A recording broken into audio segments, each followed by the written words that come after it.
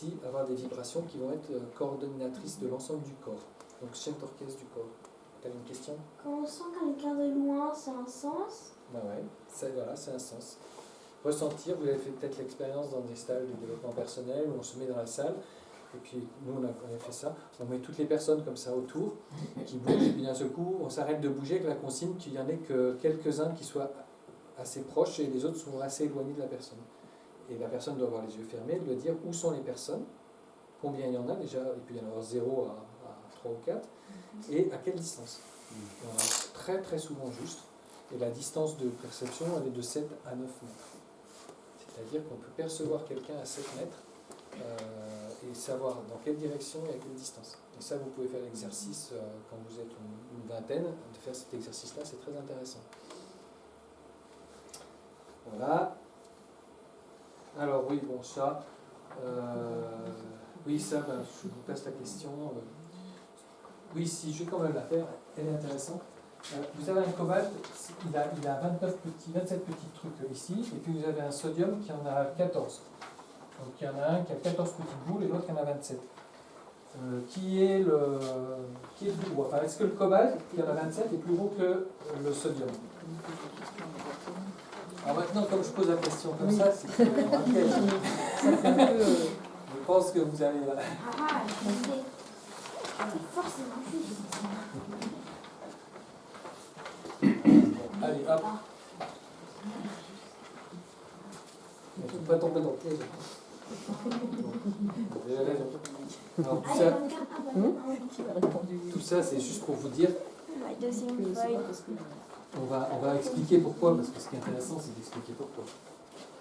Donc, tout à l'heure, on a parlé des sens. Le sens, les cellules de Merkel, des cellules qui contiennent de la mélanine, on a découvert que ces cellules-là, à travers le cytosquelette, qui sont des fragments qui sont à l'intérieur de chaque cellule, sont rattachés à des canaux ioniques, donc c'est des petites choses qui ont des charges et qui peuvent être tendues ou distendues. Et si on fait bouger ces charges, ça fait un circuit électrique.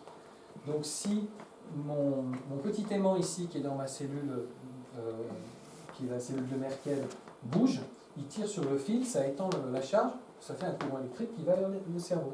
Mais inversement, si mon cerveau envoie un courant électrique ici, ça contracte ici la petite vésicule, ça tire sur le fil, ça change l'orientation. Quand je suis thérapeute et que je pose mes mains, mon cerveau, il a l'habitude d'organiser les cellules de Merkel et de faire des champs magnétiques. Et avec l'intention que je vais gagner, je peux orienter mon champ. Alors on s'apercevra que par l'expérience, on n'a jamais un thérapeute qui fait une orientation d'un champ vers un seul organe, mais en fait il fait une orientation vers tous les organes, et c'est la perception qu'il a qui sera amplifiée sur un organe ou sur un autre. Ça a été démontré aussi par des travaux intéressants. Là, c'est un petit truc rigolo, c'est que tout à l'heure on a parlé du fameux sodium. Le sodium, il est là. Et ça, c'est la taille du sodium, son rayon. Le sodium, on a vu qu'il avait 14 petites boules à l'intérieur et son rayon, il est là. Le cobalt, il en a 27 et son rayon, il est là. Pourquoi il est plus petit? J'ai 14 billes, quand j'en mets 27, voilà, et ben ça s'écroule en fait. La matière n'est pas de la matière c'est de l'énergie condensée. Quand l'énergie se condense trop, ça s'écroule et ça redevient plus petit. On augmente le nombre de protons, on arrive jusqu'ici, et là, pouf, ça s'écroule. Pouf, ça s'écroule. En fait, on n'a aucune structure moléculaire, aucun atome aujourd'hui qui dépasse 2,5 fois le bord qui est un rayon 1 de référence. Même si on a l'uranium qui a énormément de trucs, ça s'est tout écroulé déjà. Donc la matière n'existe pas. La matière, c'est de l'énergie condensée. Et quand il y a trop, que la condensation fait que le volume est trop important, ça se recondense. Et ça se recondense comme ça de façon continue. Donc ça, c'est intéressant à comprendre pour appréhender la notion d'énergie. Quantique, on y arrive. Quantique, ben, en fait, on a demandé à un gars de calculer, c'était Balmer, de calculer, non c'est Planck, on a demandé à Planck. En fait, on s'est posé la question de combien allait consommer notre système. Et en fait, on s'est aperçu que ce n'était pas si facile à calculer. Et quand on a commencé à réfléchir à comment on allait pouvoir le calculer, on a fait des expériences et on s'est aperçu qu'une banale lampe n'émettait jamais de façon continue, mais qu'elle émettait par paquet. Elle envoie des petits paquets de trucs, de lumière, mais elle n'envoie jamais de la lumière en continu.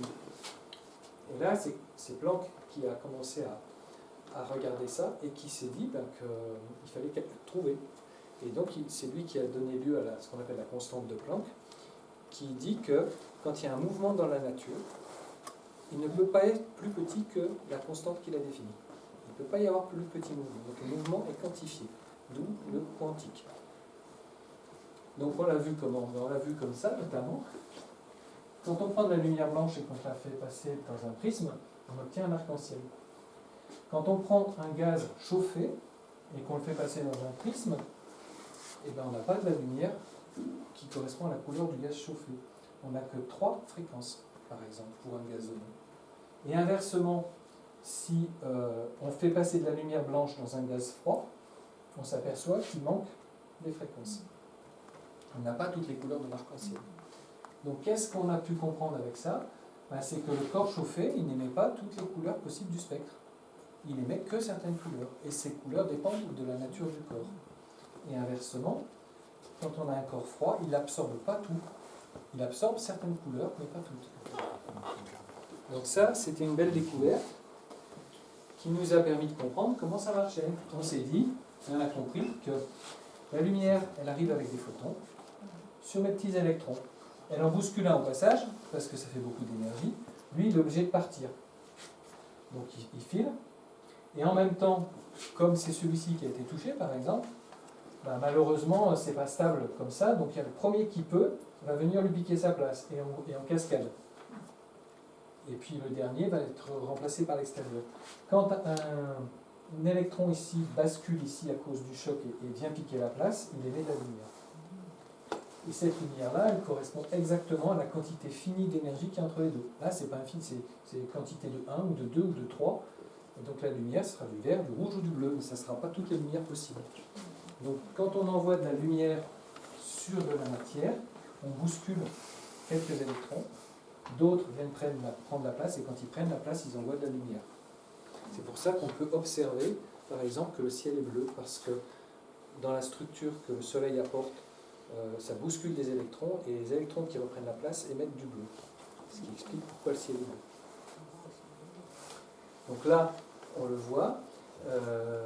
On voit aussi par cette expérience que c'est pas la puissance des électrons qu'on met, c'est pas le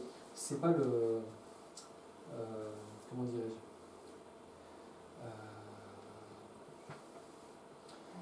c'est pas la vitesse à laquelle on envoie les électrons, en fait, c'est la quantité d'électrons qu'on envoie qui va déterminer les choses. C'est-à-dire, plus on envoie d'électrons, plus on envoie de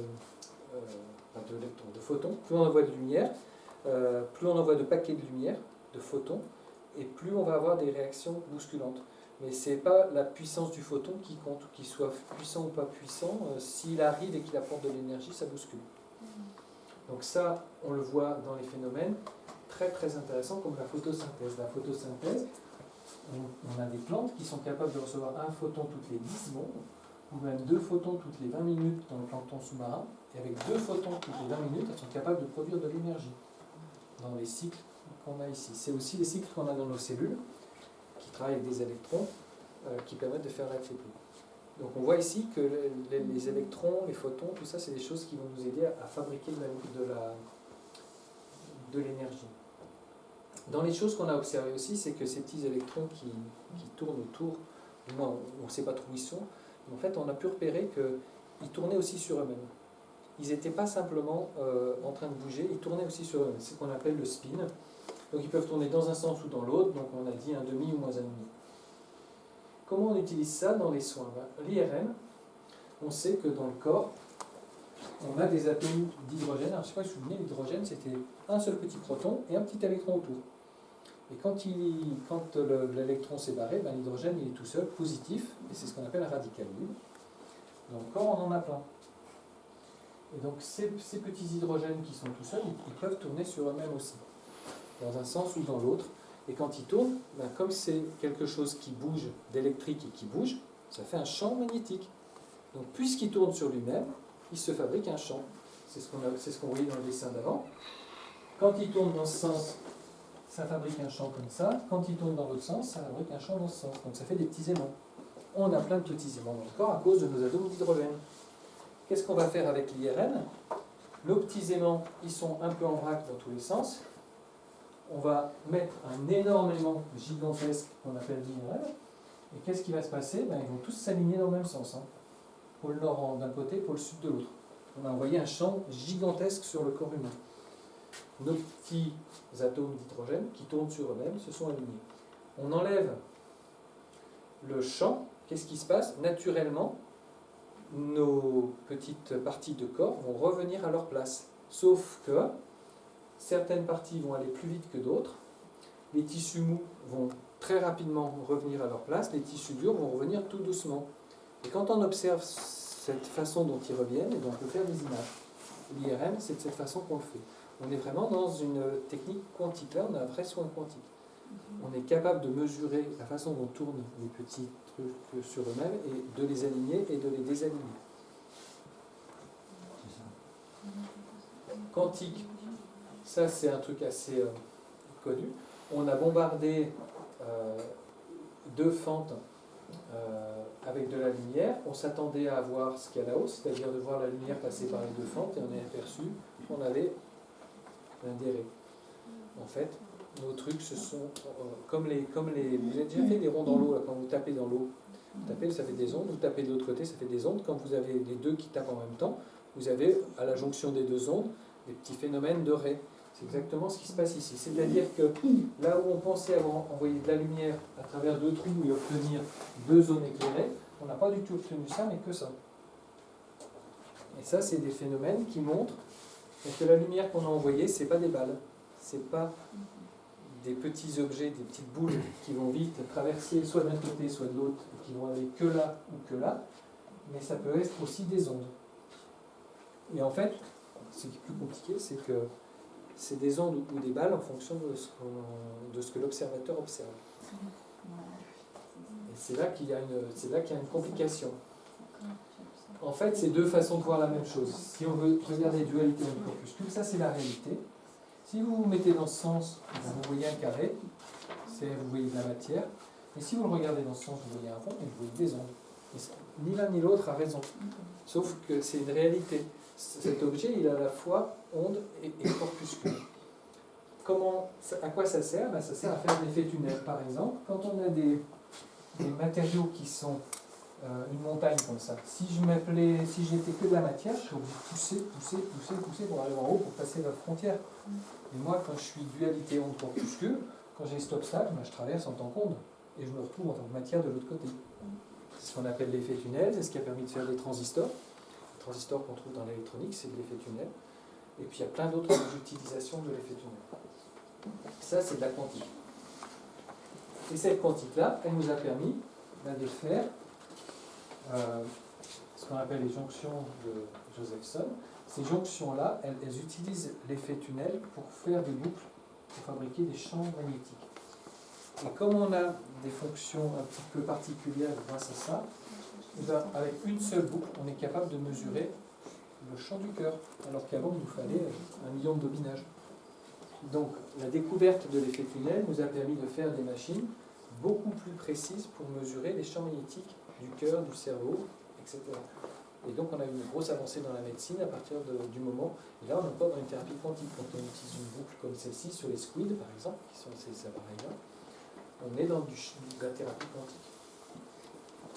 Une autre chose qui se passe, c'est que ces phénomènes d'ondes et de corpuscules, ils sont valables dans toutes les natures. Sauf que ce qu'on s'est aperçu, c'est que quand on a trop de particules qui sont proches les unes des autres, elles ne peuvent pas se comporter comme ondes. Elles se condensent en fait. C'est ce qu'on appelle la décorrélation.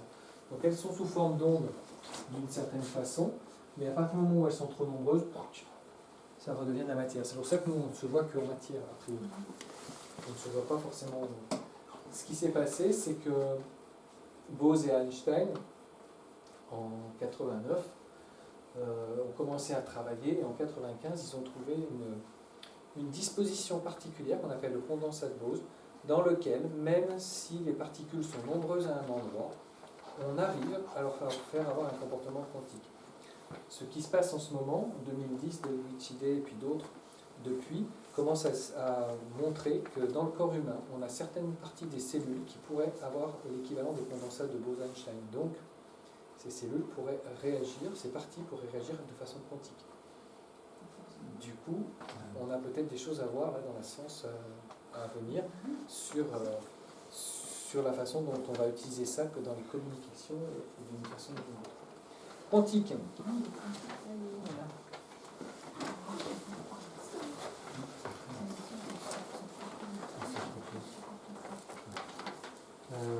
Hop.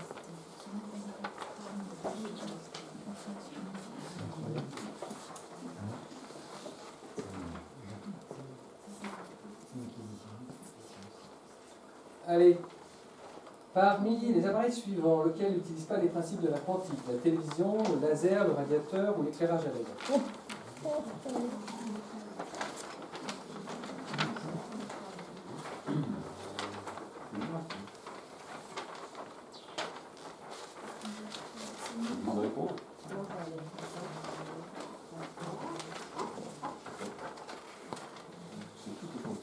Qui n'est pas passé?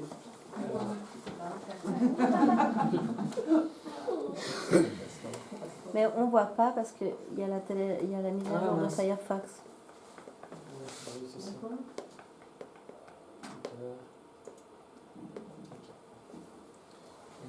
Ici, on lit, oui, mais mon téléphone est... Non, mon téléphone est passé en mode veille, donc forcément, ça marche moins bien. Alors, chaud, graphe. Donc, vous pensez que c'est le radiateur? Non. Télévision, laser. Vous pensez bien. Pourquoi? Parce que le radiateur, c'est juste un filament qui chauffe. Il n'y a pas de phénomène quantique. Dans l'éclairage LED, une LED, c'est justement un effet tunnel qui passe et qui va libérer de la lumière. Un laser, on va mettre en cohérence des vibrations de photons pour qu'elles vibrent tout ensemble et qu'elles ressortent tout ensemble. Et la télévision, vous envoyez des électrons. Alors il y a plusieurs choses, mais dans la télévision, vous avez déjà tout ce qui est composant électronique, tout ce qui va être transistor, etc. Ça utilise les principes de la quantique. Suivant. Est-ce qu'un chauffage intensif pourrait déclencher un phénomène quantique?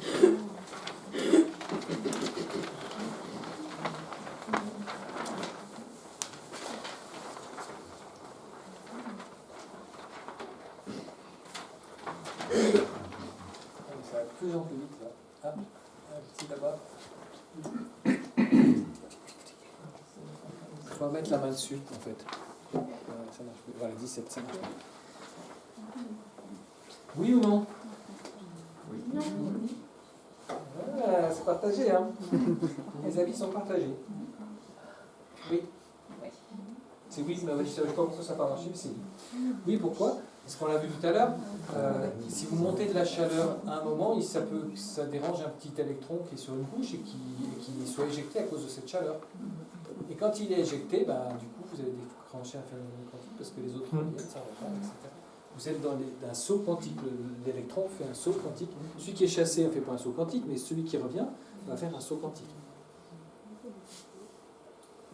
Et voilà. Hop.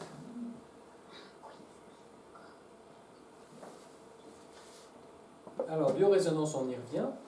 Donc, on avait vu tout à l'heure, voilà, que tous nos champs, en fait. Alors, pourquoi on a des champs d'aura autour de nous?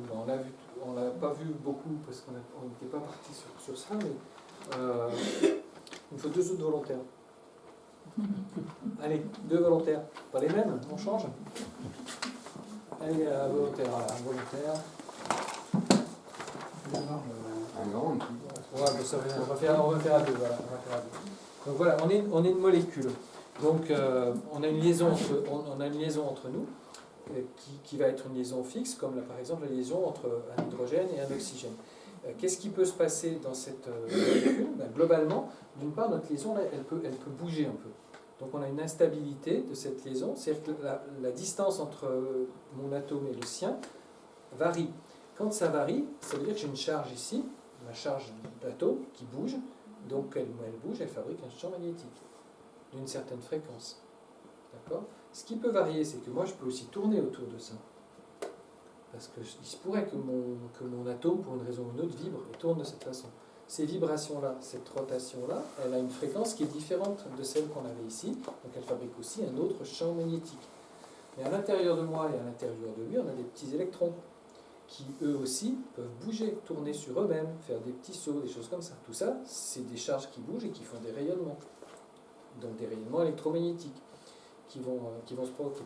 Donc tout ça pour dire qu'on a plein de raisons d'avoir, et puis on a aussi nos petits électrons satellites qui s'en vont et qui repartent, etc. Donc on a plein de raisons dans notre corps de rayonner des champs. Donc on va rayonner des champs dans toutes les longueurs d'onde. On va rayonner dans le visible, dans l'invisible, on rayonne dans l'infrarouge, on rayonne dans le rayon X. Quand on a nos petits électrons à l'intérieur qui se font des petits sauts ou qui tournent sur eux-mêmes, on est dans le rayon X. Et donc notre aura, ce qu'on voit comme notre aura, c'est tous ces rayonnements dans toutes les fréquences possibles du corps qui viennent.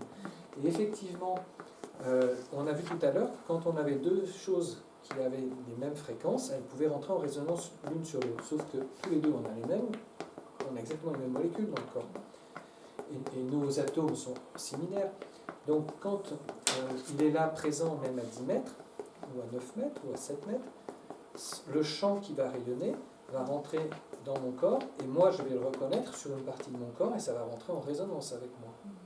Donc je vais avoir la notion de cette présence, parce que j'ai une petite énergie qui est dans mon corps, à différents endroits, à plein d'endroits différents, et plus je m'approche, et plus je rentre en résonance avec d'autres champs qui sont proches de lui.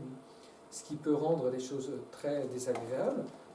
Parfois quand on est dans un métro, on est assis, on s'assoit à côté ou en face d'une personne, d'un seul coup on a envie de bouger, on a envie de faire des choses. Et naturellement notre corps il va bouger. Ça passe pas par le cerveau mental. Notre corps instantanément va capter les informations de tous les fascias, qui sont tous les capteurs, les 48 caractères qu'on a retranscrits, qui vont tous capter une information, qui vont provoquer un mouvement. Et ce mouvement-là, ensuite, sera analysé et on décidera si en plus on doit bouger ou changer ou si on doit faire autre chose. Et des fois, juste un tout petit mouvement nous aura remis dans une situation à l'aise. Mais c'est inconscient. On n'aura pas forcément en conscience. Donc là, voilà, merci pour la présentation. C'est pour expliquer qu'on a énormément de capteurs, dont tous ces capteurs de champs. Et donc quand on rentre en proximité l'un de l'autre, on a ces champs-là. Et en même temps, une personne qui utilise ses mains pour faire du soin, que ce soit des massages, du magnétisme, etc., elle va faire entrer en résonance forcément le corps de l'autre. Donc ça, c'est des soins en biorésonance. On peut avoir des soins en biorésonance d'une autre façon, c'est-à-dire qu'on peut le faire avec les sons. Les bols tibétains, c'est des soins en biorésonance. Parce que ça va faire vibrer dans votre corps des structures mécaniques, comme les os ou les muscles. Et certains vont reconnaître la fréquence, puisque les bols tibétains ont été calculés pour ça aussi. Ça va faire vibrer certains organes, plus que d'autres. La voix, le chant, tout ce qui est ondes, les ondes mécaniques, sonores, donc par exemple, sont des vecteurs de biorésonance. Là, on a vu que c'était des champs magnétiques.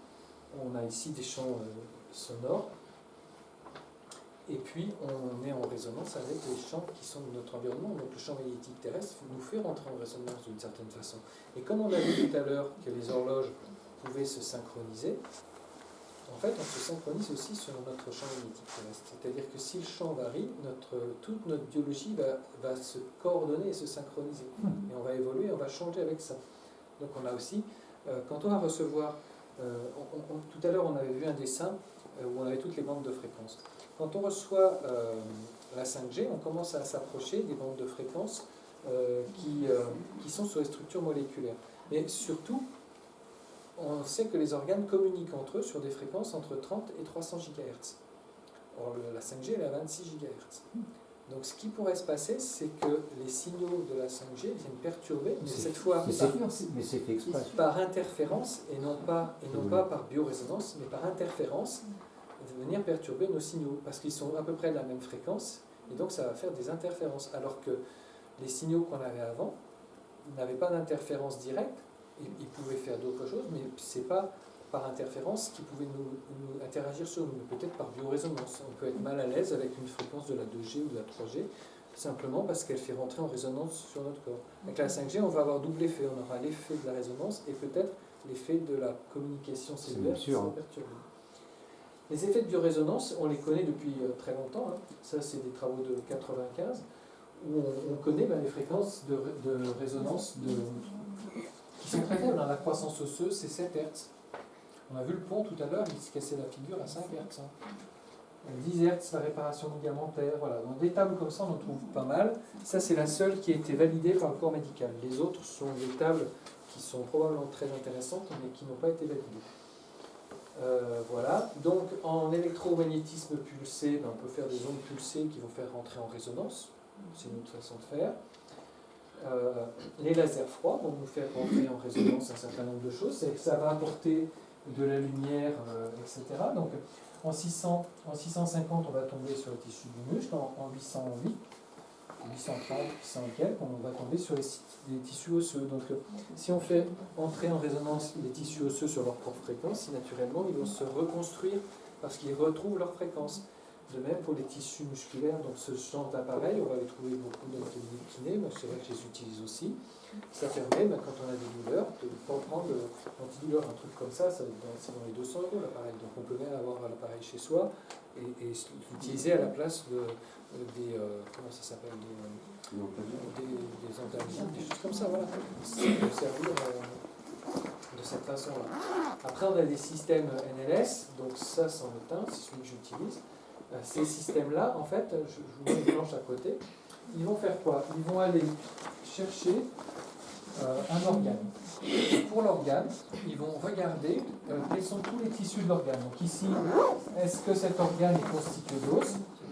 Est-ce qu'il est constitué de nerfs?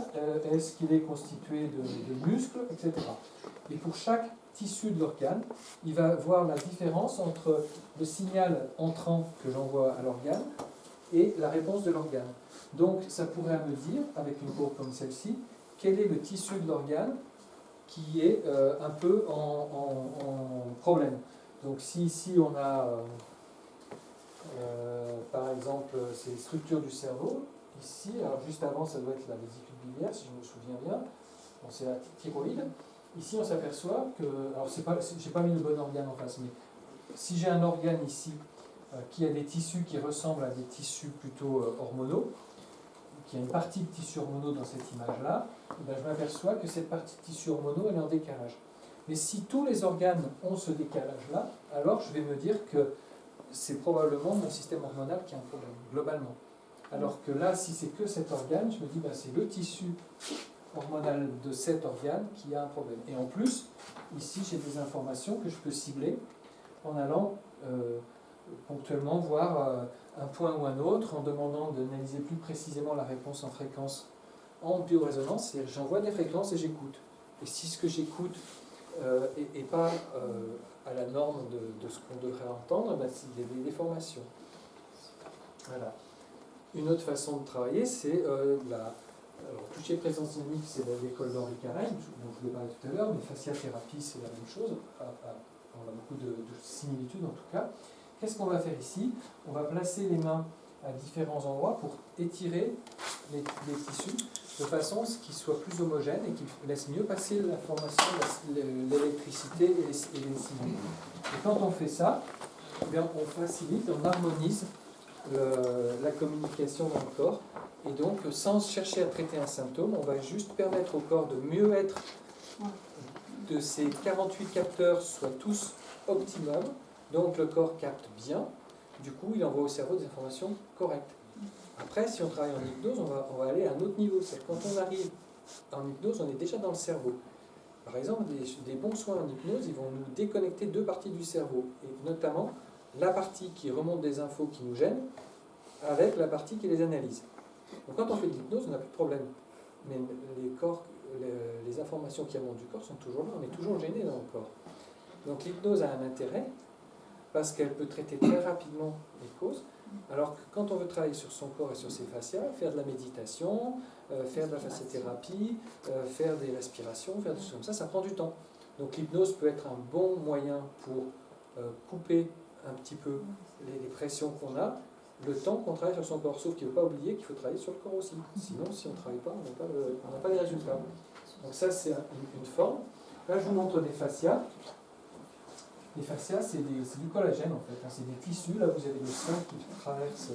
Il y en a partout. Vous avez 3 terrains de foot de fascia dans votre corps. Donc c'est énorme, c'est gigantesque. Et c'est ça qui fait, par exemple, chaque petite fibre ici est entourée de fascia. Chaque bloc de fibre est entouré de fascia. L'ensemble est entouré de fascia. Et entre les tissus, vous avez les fascias. Les fascias, c'est ce qui permet à vos fibres, parce que quand vous bougez comme ça, ben les fibres, elles bougent à l'intérieur, elles glissent les unes sur les autres. C'est ce qui permet à toutes les fibres de glisser, tout en ayant encore l'apport sanguin, parce qu'une fibre, elle est connectée au sang. Comment ça se passe quand ça bouge? En fait, on a des belles vidéos que vous trouvez sur Internet où vous voyez qu'il y a des systèmes qui sont un petit peu comme des pompes à essence, et puis quand ça bouge, le sang suit, la veine suit, pour amener le sang dans. Et les fascias, eux, assurent la connexion. Si vous avez une émotion forte, quelque chose qui arrive dans votre corps, vous allez l'inscrire là-dedans en figeant une partie de ces tissus-là. Et puis aussi, quand on devient plus âgé, on fabrique moins de collagène, on en a moins, et donc c'est plus difficile de régénérer ces tissus-là. Donc on a des blocages. Pas du moment où on a des blocages là-dedans, on n'a plus les capteurs, les 48 et 48 capteurs, on n'a plus. On n'en a plus autant. Donc notre corps, notre cerveau notamment, reçoit des informations en partie erronées ou manquantes. Et donc derrière, on va avoir du mal à faire suivre. Et donc un soin holistique, ça va être ça, ça va être justement d'agir là-dessus. Donc dans les soins holistiques, on va trouver en biorésonance, travailler sur des fréquences avec de l'homéopathie, avec des huiles essentielles, tout ce qui va être médecine alternative chinoise et ayurvédique qui vont faire travailler sur les circuits méridiens, les circuits d'énergie, les plantes bien sûr, parce qu'une plante, quand vous mangez une cerise sur l'arbre, elle n'a pas le même goût que 20 minutes après quand elle est dans le panier. Elle est vivante, elle vibre une énergie qui rentre en écho avec vous. Et puis la nourriture d'une façon générale, la nourriture vivante, il faut la nourriture vivante pour arriver à faire ça. Et voilà, donc ça c'est une image, c'est pour dire aussi qu'il y a beaucoup d'autres techniques dont je n'ai pas parlé. Vous avez peut-être pas entendu parler de Grabovoi par exemple, ou de choses comme ça, qui sont des champs scalaires, où on va plus loin. C'est-à-dire on dit que c'est bien, il y a de l'électromagnétisme partout, il y a des quantiques et des trucs, voilà. Sauf que toutes ces ondes, c'est quoi finalement? C'est des nombres. Une onde, c'est une fréquence, avec une intensité, donc c'est un nombre. Grabovoi est allé beaucoup plus loin, lui il a dit que l'univers est constitué de... C'est un gars, il a des thèses un peu dans tout, c'est un russe, et il s'amusait à démontrer que Dieu existe avec des formules mathématiques. Et il l'a fait, et jamais personne n'a réussi à contredire sa démonstration et à trouver où était le problème. Alors pour lui, Dieu, en fait, c'est une force, c'est une âme, en fait, c'est une force vive qui n'est pas forcément alliée avec les religions, qui va, dans son principe à lui, on a la force qui existe, qui va libérer une forme d'énergie qu'on appelle un esprit dans son langage, qui se connecte avec une force équivalente humaine, donc l'âme humaine en fait, qui elle aussi va libérer un esprit, et que ces deux esprits ensemble vont créer une réalité. 1000 milliards de fois par seconde, on recrée une réalité. Donc les théories qui tournent autour de Grabovoi, de plein d'autres sens, et puis en plus la physique quantique le démontre aussi, c'est que la réalité n'existe pas, le physique n'existe pas, c'est que de l'énergie, et le physique se cristallise 1000 milliards de fois par seconde. Ça c'est la théorie de la physique quantique, c'est de la quantique. Et Grabovoi, lui, le met en application, en disant maintenant on sait pourquoi ça ne marche pas. On sait qu'au moment où on veut cristalliser, on a tout un ensemble de loupes qui sont liées à notre passé, à nos blessures, etc., qui nous empêchent de cristalliser comme on aimerait le faire. Et en amont, on va avoir une conscience collective aussi, qui va nous empêcher forcément d'aller assez vite dans ce domaine-là. Donc c'est encore un autre monde, on rentre dans autre chose, on n'est plus dans de la biorésonance, et on peut qualifier ça, je pense, de quantique aussi, on n'est pas loin. Donc ça, c'est un champ de conscience qui a été dessiné par une personne, je ne sais plus. Voilà. Donc allez, petit quiz pour la fin.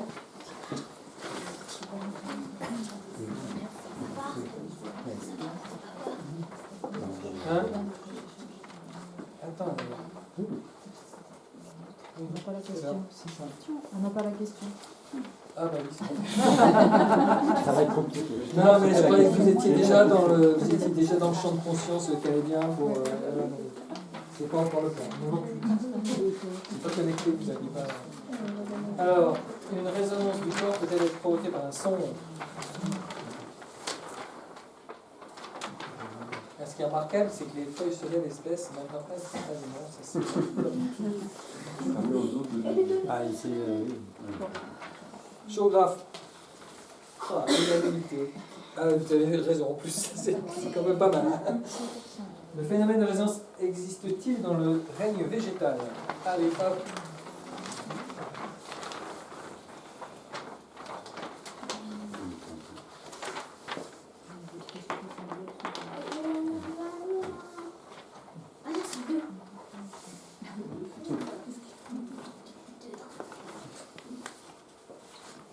Bon, là, ça marche pas.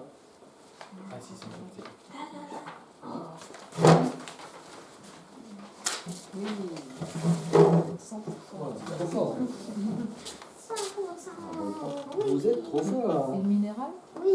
Dans le minéral aussi. Hein. Oui, De bien sûr. toute façon. Bien sûr, puisqu'on utilise avec les appareils que je vous ai montrés, on utilise des pierres parce qu'on connaît les fréquences de vibration des pierres. Donc si on sait que cette fréquence, elle est proche de la fréquence d'un tissu qu'on a lésé dans notre corps, on va la proposer. On va la proposer. Et je pense que ma souris n'est pas là.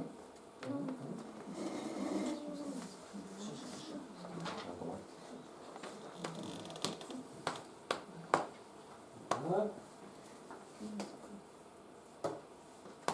Voilà, ça continue. Bon, qu'est-ce qui vous a le plus surpris dans la conférence? Les soins basés sur l'électricité, magnétisme, quantique ou biorésonance?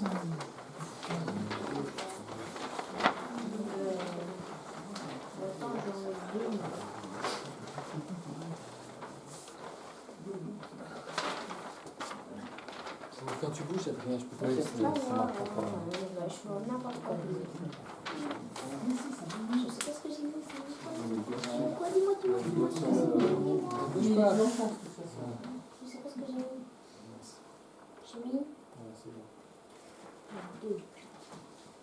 J'ai mis A. Donc il n'y a pas de bonne réponse. Hein. Et je vois que finalement, le magnétisme, vous le connaissiez bien au départ, et c'est pas ce qui vous a impressionné le plus du coup. Parce que prendre de l'allimaille de fer, j'ai jamais essayé. Par contre, Du mercure. Mercure aussi, c'est pas mal ça aussi. Et qu'est-ce que vous aimeriez essayer?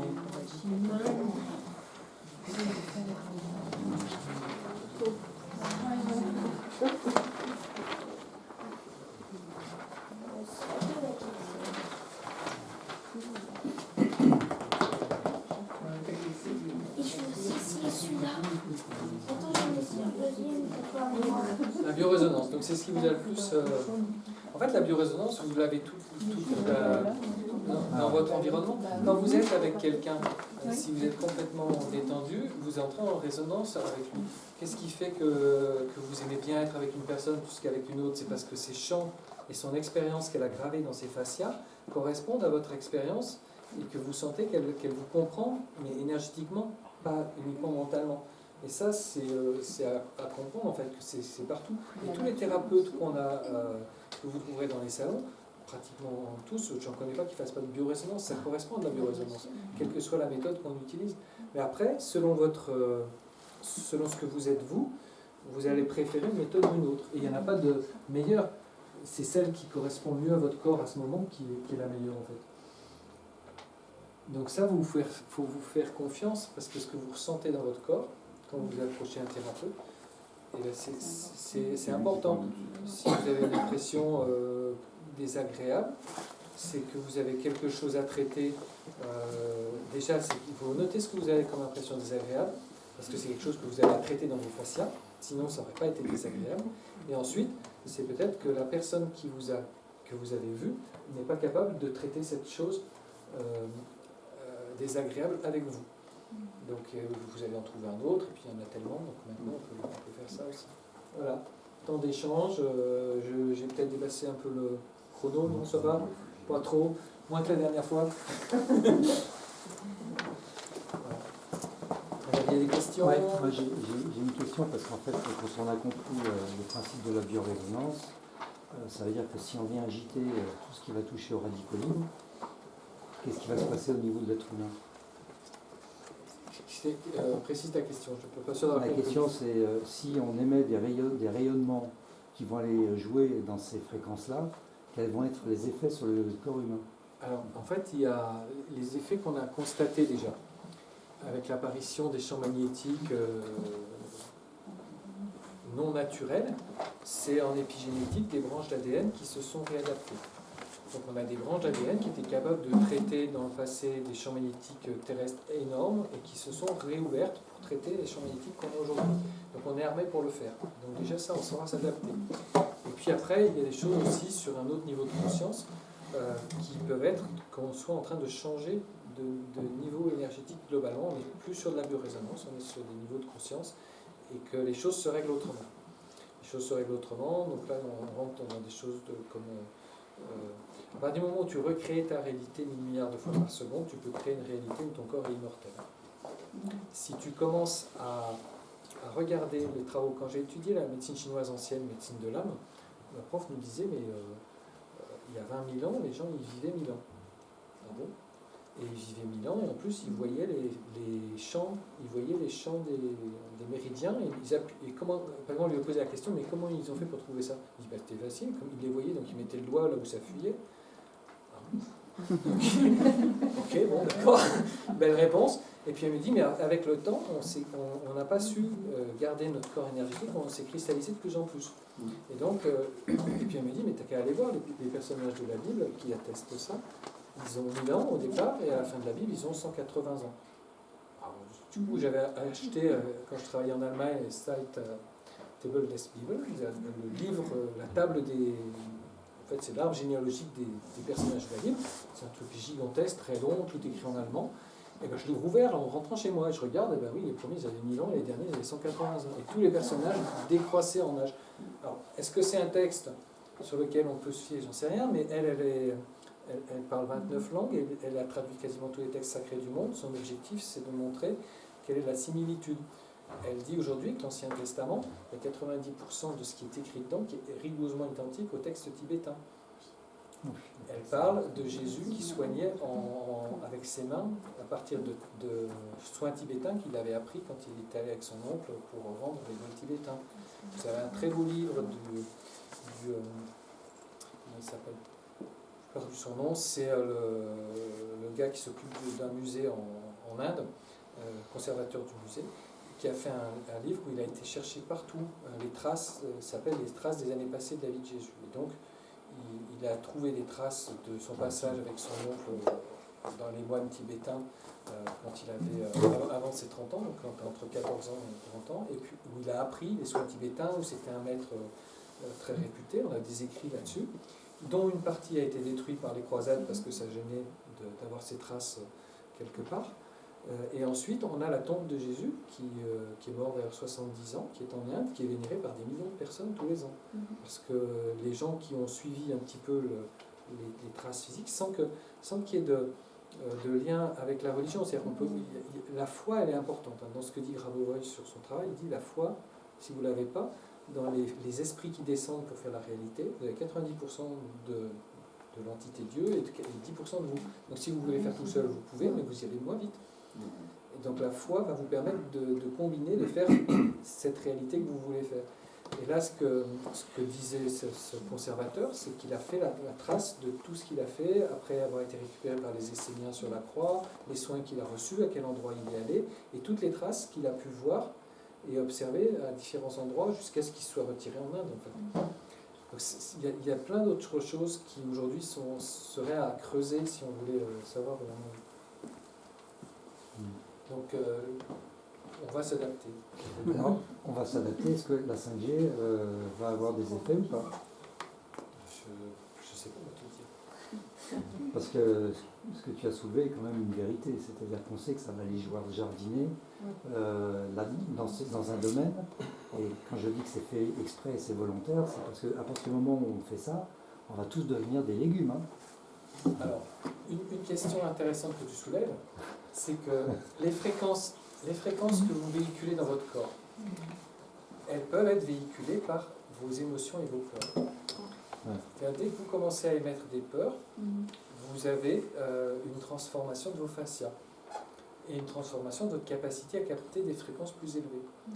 Donc plus collectivement on va prendre peur de la 5G, et plus ça aura d'effet sur nous. Bien sûr. Hmm. Bien sûr. C'est l'adaptation. Oui. Donc faites attention Mais là, à c'est ça. pas une question de peur. Hein. Là, moi, je reste Oui, de mais façon tu très... es très terre à terre et très mathématicien, Bruno, je te connais. Mais il y a une autre dimension. Il y a une autre dimension. Oui, C'est dans ça, ces c'est champs-là, sûr. il y a une autre dimension. Donc, moi, personnellement, je n'ai pas peur de la 5G. Bon, je me suis déjà fait irradier le cerveau des tas de fois par la 3G parce que j'ai développé les systèmes pour Nortel à l'époque. Et on avait les antennes dans le bureau juste à côté, jusqu'à ce qu'on ait pris des mal de crâne énormes et qu'on s'est dit, maintenant, il y a quelque chose qui ne va pas. On a fait mettre les antennes sur le toit, ça allait beaucoup mieux. Donc, je sais de quoi je parle quand on parle d'irradiation. Mais je pense qu'il voilà, y a des choses à voir collectivement là-dessus. D'autres questions? Vous avez faim? C'est tout le monde? Vous êtes sorti de votre sommeil? Comment vous avez... Alors juste en parlant de l'aliment et de fer, alors les alchimistes ils prennent de l'eau, ils prennent des clous, ils chauffent le clou, ils mettent dans l'eau, ils boivent et ils ont le fer qui rentre. Donc ça peut se faire également. Mais Oui. je parle pas d'alimaille, je parle de... L'alchimie, l'idée, c'était de constater qu'il y avait les 5 éléments, enfin les 4 ou les 3, ça dépend, et d'essayer de transformer pour montrer qu'il y a des transformations. Oui. Mais on n'avait pas l'idée de l'atome. Donc Mhm. on avait toujours le rêve que le plomb pourrait se transformer en or. Alors c'était plus... Et ça se réalise. Hein. Voilà, mais c'est possible, puisque de toute façon, quand tu regardes le plomb et l'or, c'est la même chose. C'est des petits protons et des petits Oui, neutrons. c'est ça. Si tu y arrives à un moment, tu vas faire. Et l'alchimie, c'est pas que le physique, le plomb, l'or, c'est aussi une transmutation intérieure. Exactement, Et il y là, a toute c'est une plus philosophie important. derrière. Tout à fait. Et c'est ce qui s'est passé avec Paracels quand il est arrivé. Paracels en 1500, là, quand il a commencé à dire la maladie vient de l'extérieur, il y a eu aussi tout un changement de pensée. C'est pas Dieu qui est à la base de ça. On est scientifique et on va s'en sortir tout seul. Mais très vite, on s'est aperçu que finalement, quand on commence à aller plus loin, on ne s'en sort pas tout seul. Il y a quelque chose qui revient. Quoi. Et les alchimistes, ils avaient très bien senti ça. D'ailleurs, pour conclure, l'alchimie et les 5 mouvements, les 5 éléments, tout ça, on y revient aussi, parce qu'on est plus sur une médecine holistique aujourd'hui. On ne se dit pas que la maladie, c'est quelque chose qui vient dans notre corps, mais on se dit que c'est l'équilibre de notre corps qui change et qui nous donne des symptômes pour nous alerter. C'est ça, c'est le mal a dit. Et le mal a dit. Les symptômes apparaissent parce que notre corps se déséquilibre. Donc, si on est à l'écoute et qu'on les voit, c'est que le corps a déjà commencé de les résoudre. Et il a commencé de tirer la sonnette d'alarme. Attention, il y a quelque chose, là, je rame pour essayer de le résoudre. Je te montre ça.